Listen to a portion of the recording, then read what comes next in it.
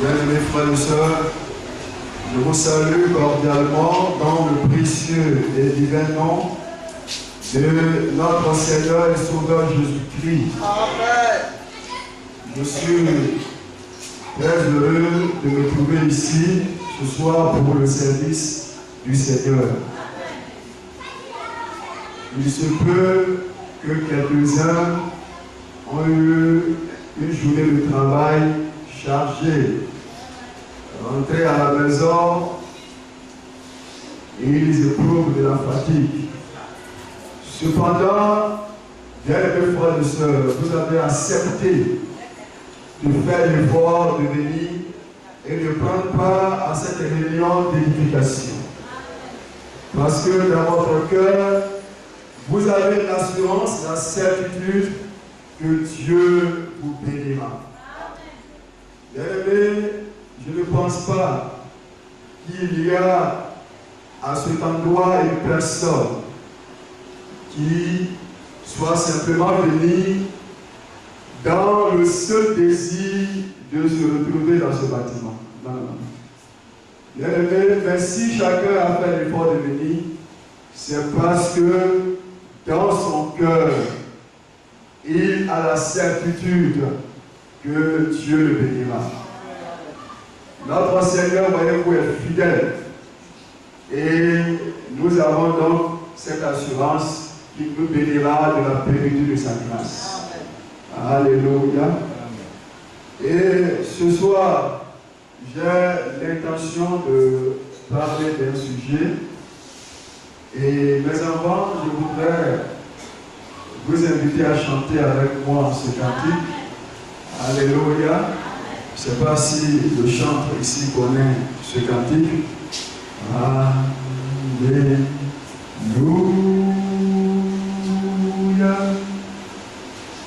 Et le chanteur Yas de personne qui connaît bien ce cantique. Alors veuillez vous lever s'il vous plaît. Et nous allons ensemble chanter ce cantique. C'est un beau cantique. Et nous allons le chanter à la gloire de notre Seigneur et Sauveur Jésus-Christ.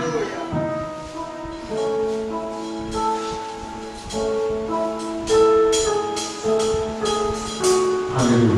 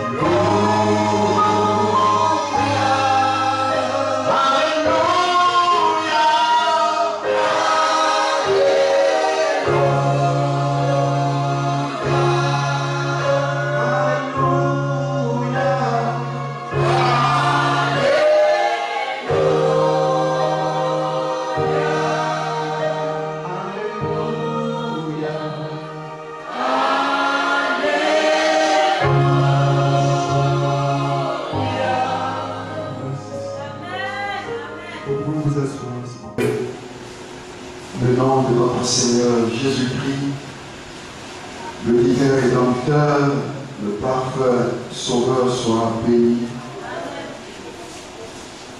Et comme je vous l'ai dit dans la parole d'introduction, nous allons voir ce soir un sujet. Je vous invite à prendre les Saintes Écritures. Nous lirons dans 2 Pierre, le chapitre 3, le verset 1, du verset 1 jusqu'au verset 6. Je lis la parole. 2 Pierre, le chapitre 3. Voici déjà, bien-aimés, la seconde lettre que je vous écris. Dans l'une et dans l'autre, je cherche à éveiller par des avertissements votre saine intelligence, afin que vous vous souveniez des choses annoncées d'avance par les saints prophètes et du commandement du Seigneur Sauveur enseigné par vos apôtres.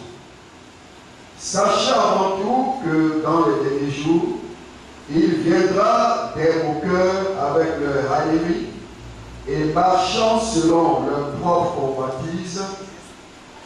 Ils disent où est la promesse de son avènement, car depuis que les pères sont morts, tout demeure comme dès le commencement de la création.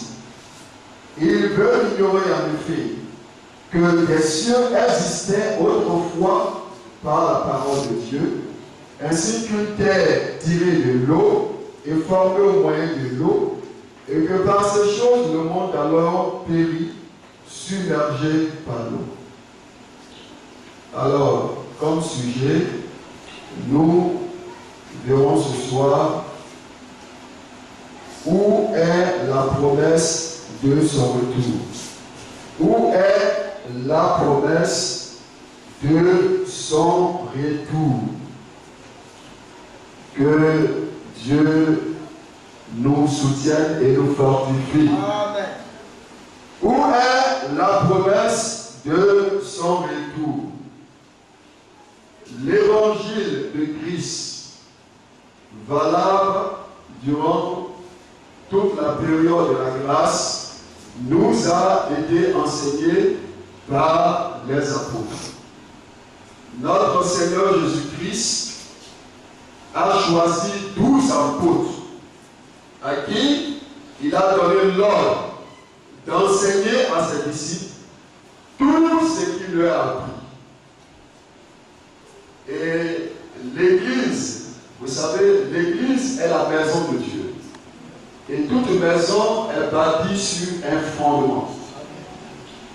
Et l'église, la maison de Dieu, selon Éphésiens, le chapitre 2, le verset 20, est édifiée sur le fondement des apôtres et des prophètes, Jésus-Christ étant lui-même la pierre angulaire.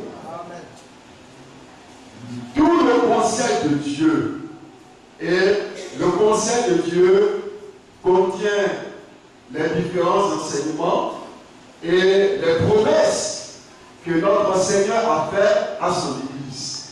Tout le conseil de Dieu nous a été enseigné par les apôtres. Et ce conseil n'a pas besoin de changement parce que Dieu est parfait et donc sa parole est parfaite. Le conseil de Dieu est parfait. Personne n'a le droit d'essayer de l'améliorer ni de le modifier. Parce que voyez-vous, frères et sœurs, tout ce que Dieu avait à dire à l'Église nous a été enseigné par les apôtres. Personne n'a le droit d'y ajouter sa propre révélation. Alléluia. Cependant, comme notre Seigneur Jésus-Christ l'avait annoncé d'avance, il y a de nos jours de faux prophètes. De faux prophètes qui s'élèvent pour diffamer la foi biblique en enseignant des choses qui sont contraires à la sainte doctrine. Bien aimés, nous n'avons pas assez de temps pour parler des faux enseignements de ces faux prophètes. Mais bien aimés, vous devez savoir que ces faux prophètes ont gardé les mêmes thèmes bibliques. Les mêmes thèmes bibliques que ceux qui furent prêchés par les apôtres autrefois. Mais la différence, c'est que les apôtres ont reçu du Seigneur ce qu'ils ont enseigné à l'Église. Amen. Alléluia. Amen. Quant aux faux prophètes, ils ont reçu leur enseignement de Satan, le diable. Rappelez-vous qu'au commencement, dans le jardin d'Éden, et Satan était à l'Éden. Satan s'est adressé à Ève en lui disant: Dieu a-t-il réellement dit que vous ne mangerez pas les fruits du jardin? Ève lui répondit: nous mangeons les fruits des arbres du jardin. Mais quant aux fruits de l'arbre de la connaissance du bien et du mal, le Seigneur a dit: vous n'en mangerez point, de peur que vous mouriez. Satan le diable rétorqua en disant à Ève: Dieu sait que si vous mangez, vous serez comme lui. Voyez-vous, il y a certaines personnes qui présentent le diable, Satan, comme quelqu'un d'athée, c'est-à-dire quelqu'un qui ne croit en rien. Mais Jacques nous dit que Satan croit en Dieu et il tremble. Satan est donc très religieux. Et qu'est-ce qu'il a fait? Il a ajouté sa propre révélation à ce que Dieu avait dit. Il a dit à Ève: Dieu sait que si vous en mangez, vous deviendrez comme lui. Il a donc ajouté sa propre révélation. Et c'est ce que Satan a toujours fait dans l'âge d'Adam, du temps de Noé, du temps d'Abraham, le père de la foi, du temps de Moïse, du temps des prophètes, au jour de notre Seigneur Jésus-Christ et de ses apôtres. Dans chaque âge, c'est ce que le diable a fait. Et dans notre temps aussi, c'est ce qu'il fait au travers de ses serviteurs des faux prophètes. Alléluia. Bien aimé, comme je vous l'ai dit, que ces faux prophètes ont gardé les mêmes thèmes bibliques. Alléluia. Seulement, ils y ont ajouté leur propre interprétation. Les mêmes thèmes bibliques sont demeurés, comme la divinité, le baptême d'eau, le souper du Seigneur, le retour de Christ, l'enlèvement de l'Église. Les mêmes thèmes sont demeurés. Seulement, ces faux prophètes, ils ont ajouté leur propre interprétation. Alléluia. Et ils ont tordu le sens des Écritures. Voyez, au sujet du souper du Seigneur. Je vous lis ici un enseignement sur le souper du Seigneur. Dans l'Église ancienne, on distribuait la communion avec le pain et le vin consacrés. Mais pour plus de commodité, entre les années 1200 et 1300, on prend l'habitude de donner la communion à tous les fidèles au cours de la messe avec seulement le pain consacré. Deux théologiens vont critiquer cette coutume. D'abord, John Wycliffe en Angleterre et 30 ans plus tard, Jean Hus en Europe centrale. Tous les deux déclarent que Jésus-Christ n'est pas tout entier présent sous l'apparence du pain. Ils affirment que pour recevoir Jésus tout entier, il faut obligatoirement communier avec l'hostie et la coupe. En effet, ils ne croient pas à une présence réelle de Christ dans l'Eucharistie, mais croient seulement à une présence symbolique.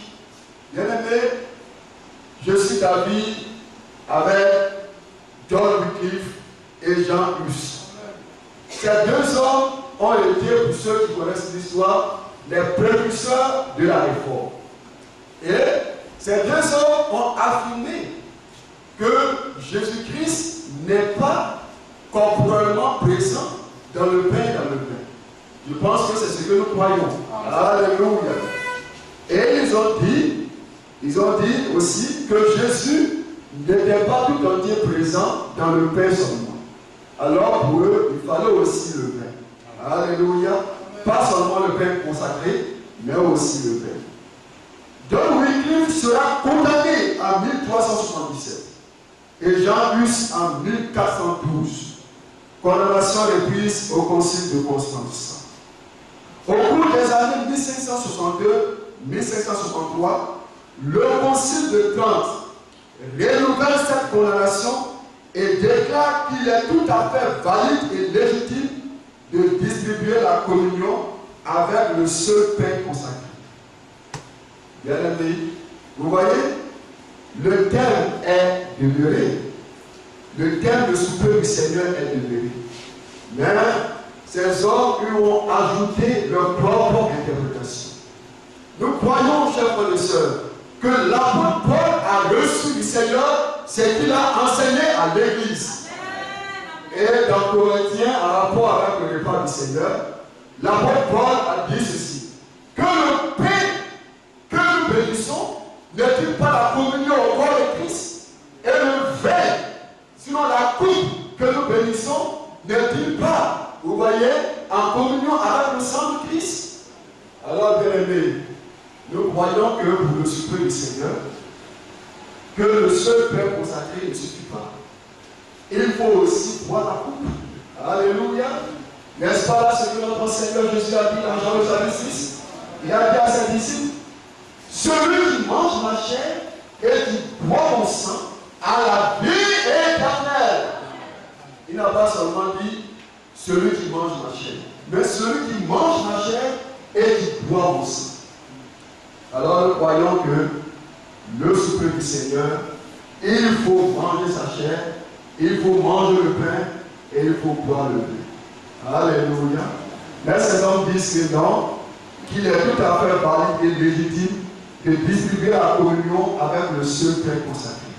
Bien aimé, est-ce que nous devons retourner à la déclaration du concile de Trente? Est-ce que nous devons retourner à ce que les pères de l'Église catholique romaine ont dit? Non. Nous bénissons le Seigneur parce que par la voix du messager Élie et du message du temps de la fin, notre Dieu a ramené nos cœurs à la doctrine des apôtres. Nous sommes sont retournés à la doctrine, à l'enseignement original des apôtres. Pas à la déclaration d'un congrès pour concile. Pas à ce que les pères de l'église romaine ont dit, mais à ce que, vous voyez, les apôtres nous ont enseigné dans les Écritures. Amen. Alléluia. Parce que, comme je vous l'ai dit au commencement, que tout le conseil de Dieu, et ce conseil contient les différents enseignements, avec toutes les promesses que notre Seigneur Jésus-Christ a fait à son Église, tout le conseil de Dieu nous a été enseigné par les apôtres. Personne n'a le droit d'y ajouter sa propre révélation.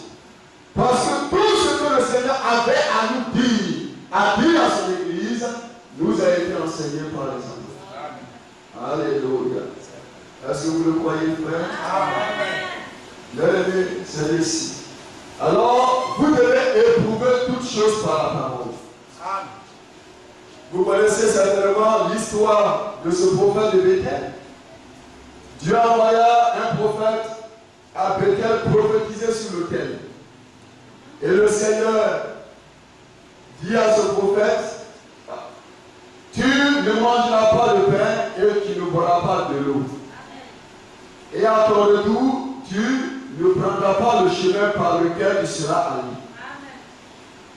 Une fois arrivé à Bethel, le prophète rencontra un autre prophète. La Bible l'appelle vieux prophète. Une fois à Bethel, le jeune prophète rencontra le vieux prophète. Et le jeune prophète lui dit, un ange m'a parlé. Le Seigneur m'a parlé. Et il m'a dit que tu dois manger et que tu dois boire. Le jeune prophète devrait éprouver la révélation de ce vieux prophète par la parole. Alléluia. Il avait le devoir d'éprouver la révélation de ce vieux prophète par la parole. Si le jeune prophète avait éprouvé la révélation de ce vieux prophète par la parole, alors il aurait su que ce que lui disait le vieux prophète était un mensonge. Bien-aimés, nous croyons que notre Dieu est parfait et que notre Seigneur ne se contredit point. Alléluia. Je pense que c'est Isaïe qui a dit, lisez le livre de l'Éternel. Alléluia. Lisez-le, consultez le livre de l'Éternel, lisez-le. Aucun d'eux ne fera défaut, car c'est sa bouche qui a parlé et c'est son esprit qui rassemble sa parole. Alléluia. Dieu est parfait. La parole de Dieu n'a pas besoin de changement. Bien-aimé, je peux dire une chose aujourd'hui, cette année, et l'année suivante dit une autre chose, parce que je suis un homme. Alléluia. Mais notre Dieu, il est infini. Alléluia.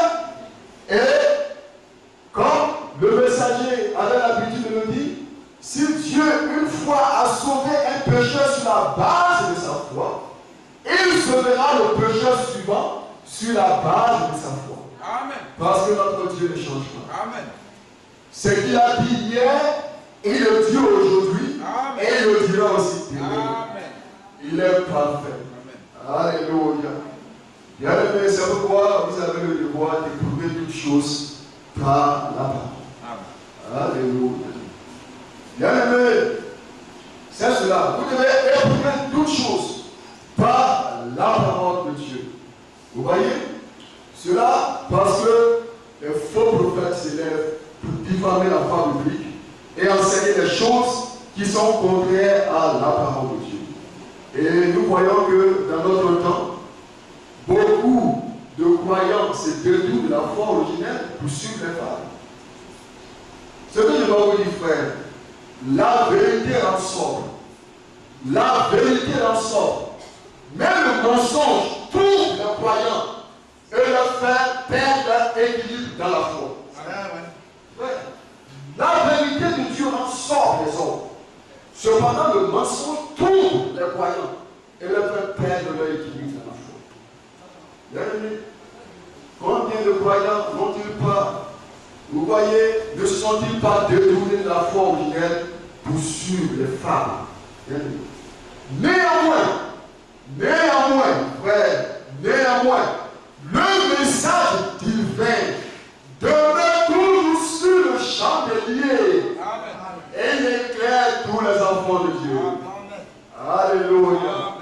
Bien-aimé, au commencement de la création, notre Seigneur Jésus-Christ, combien ici croient que notre Seigneur Jésus-Christ est avant toutes choses? Et que toutes choses ont été créées par lui et pour lui. Alléluia. Et au commencement de la création, notre Seigneur Jésus-Christ a dit que les cieux soient et les cieux furent. Ce fut pareil avec la terre, la mer et les choses qui sont. Notre Dieu a parlé et la chose s'est produite. Alléluia.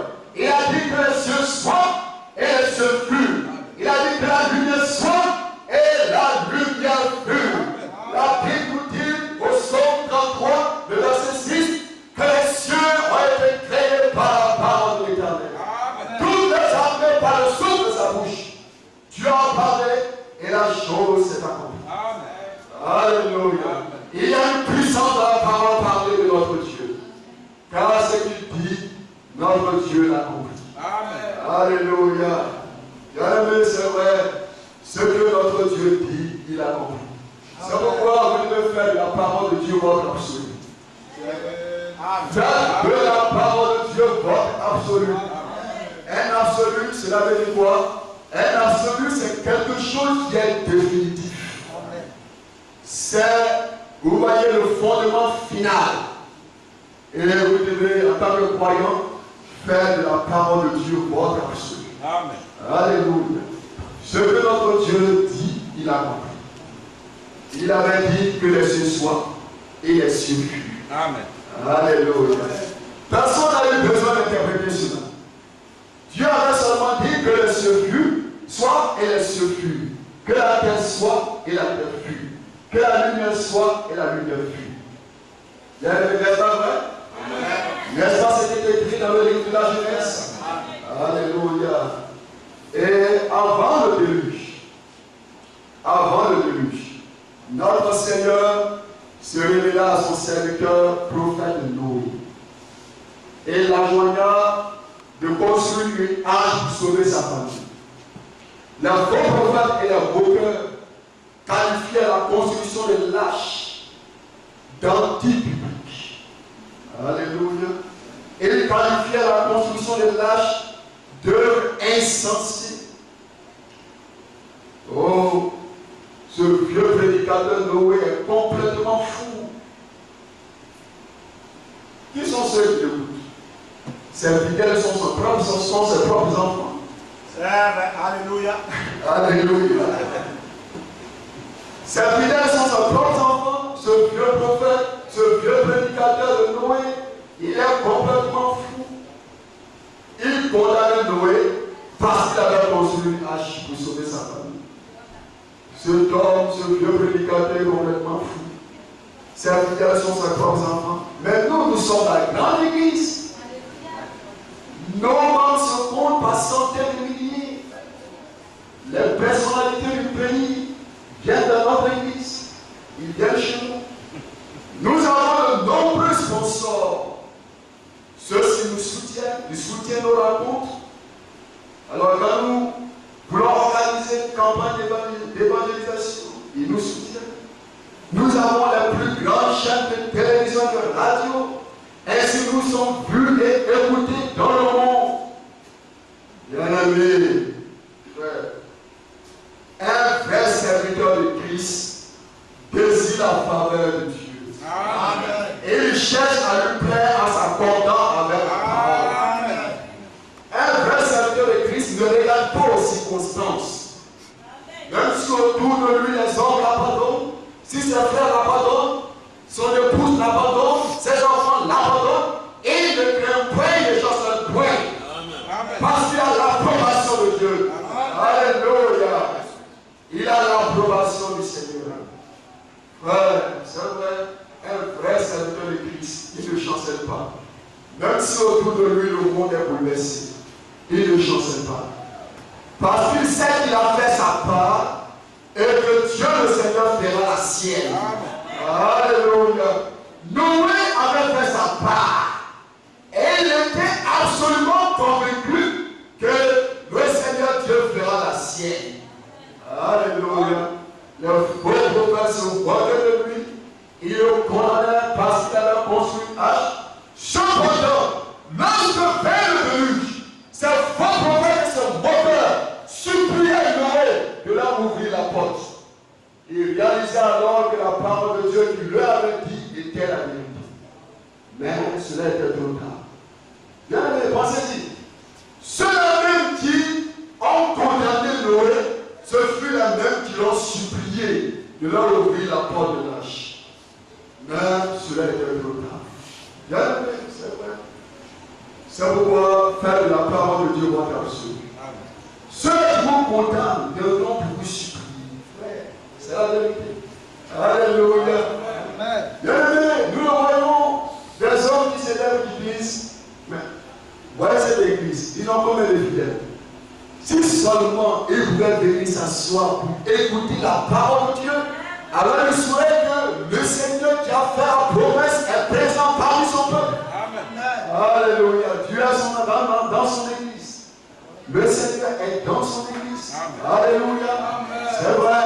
Il a dit là où deux ou trois sont assemblés à mon nom, je suis au milieu d'eux. Non pas là où deux ou trois incrédules, mais là où deux ou trois de mes disciples, de ceux qui m'appartiennent, qui croient ma parole, là où deux ou trois sont assemblés à mon nom, je suis présent. Amen. Dieu est dans son église. Alléluia. Le Seigneur n'habite pas dans les maisons faites de mélons. Il habite dans son église qui est sa propre maison, laquelle est édifiée sur le fondement de l'apôtre et du prophète. Jésus-Christ étant lui-même la pierre maîtresse du moi. Alléluia. Bien-aimé, c'est vrai. Alors, lorsque vint le déluge, ces faux prophètes et ces moqueurs suppliaient Noé. Voyez-les supplier le prophète de Dieu. Noé, ouvre-nous, Noé, ouvre-nous. Noé avait fait sa part. Et le Seigneur fit la sienne. Il confirma le message de son prophète. Frère, c'est vrai. Peu importe si le message de Noé était impopulaire.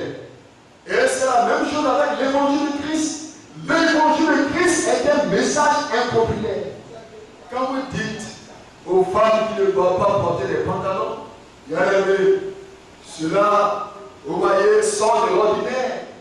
Mais pourtant, c'est la parole. Alléluia. L'évangile de Christ est impopulaire. Bien aimé, c'est vrai. Car vous voyez les hommes voient des femmes qui, vous voyez, ont le chevelu.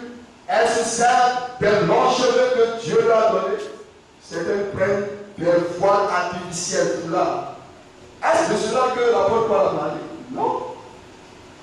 Paul a parlé de la chevelure. Un voile naturel. Et les filles de Dieu se servent de ce voile naturel que le Seigneur leur a donné pour l'adorer. Et quand les hommes voient cela, vous voyez, oh, cela leur paraît bizarre. C'est cela. L'évangile de Christ est impopulaire. Quand Jésus est venu, combien l'ont reçu? Si le pape devait venir dans ce pays, vous verrez tout le monde qui, vous verrez tout ce monde qui irait après lui. Frère, si l'apôtre Paul devait venir ici, organiser une campagne, une rencontre, frère, ceux qui devraient, c'est vous et moi. Alléluia. C'est vrai. Bien aimé, parce que l'évangile de Christ est impopulaire. Alléluia. Mais je comprenais le message de Noé, son prophète. Frère, voyez ces faux prophètes qui le suppliaient. Noé ouvre, Noé ouvre. Mais ce n'est que trop tard. Le temps de la grâce était terminé. Et je suis ici ce soir pour vous dire, bien mes frères et sœurs, s'il y a une chose que vous devez mettre en ordre dans vos vies, alors faites-le maintenant. Aujourd'hui est le jour que le Seigneur a fait. C'est le jour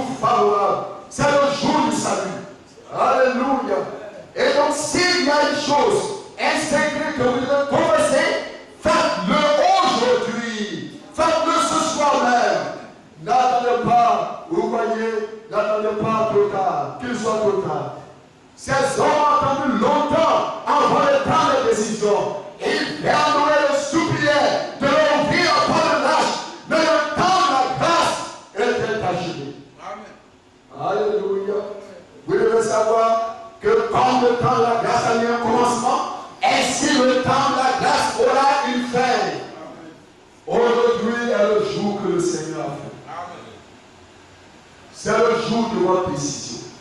S'il y a une chose que vous devez mettre en ordre dans votre vie, faites-le. Je vous en supplie, au nom du Seigneur. Faites-le ce soir. Un secret que vous devez confesser, faites-le ce soir. Alléluia. Bien-aimés, n'attendez pas qu'il soit trop tard.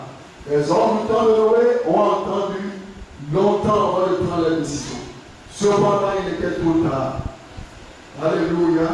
Le temps de la grâce était terminé. Alléluia. Bien-aimés, c'est vrai. Dieu a parlé au commencement de la création que les cieux soient et elles se furent. Et au temps de Noé, Dieu a parlé et il a accompli sa parole.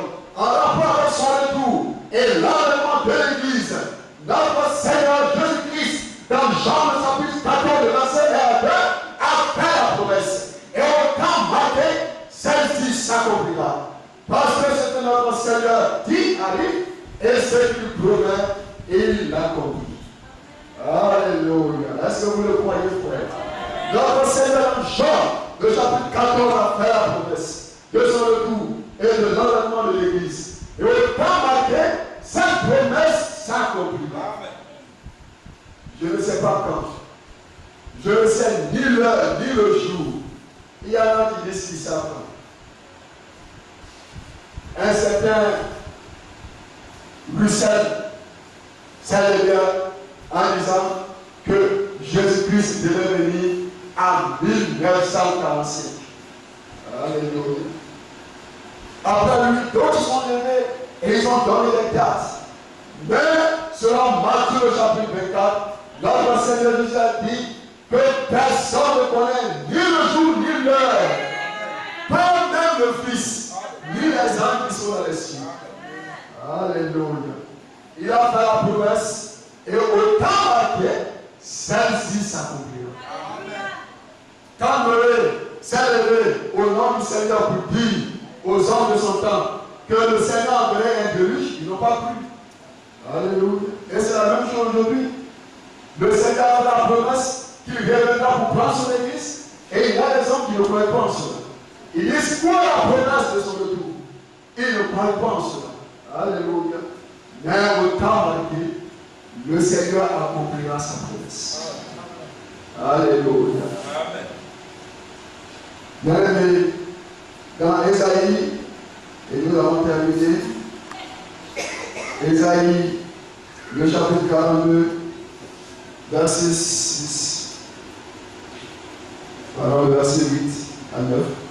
Je suis l'Éternel, c'est là mon nom, et je ne donnerai pas ma gloire à un autre. Je suis l'Éternel, c'est là mon nom.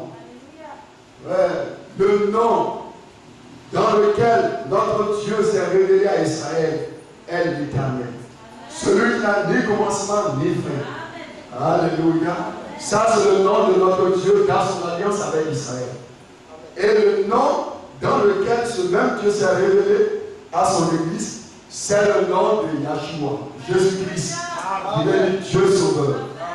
Alléluia. Ainsi, le jour de l'Ancien Testament est le Seigneur Jésus-Christ du Nouveau Testament. Il dit, je suis l'Éternel, c'est là mon nom, et je ne donnerai pas ma gloire à un autre, ni mon honneur aux idoles. Voici les premières choses se sont accomplies, et je vous annonce deux nouvelles. Avant qu'elles arrivent, je vous les prédis. Les anciennes prédictions, les anciennes prophéties se sont accomplies. Ouais. Et notre Seigneur qui a accompli ses prophéties, il est toujours le même. Amen. Alléluia. Au temps marqué, il accomplira Jean le chapitre 14. Amen. Le verset 1 à 2. Alléluia.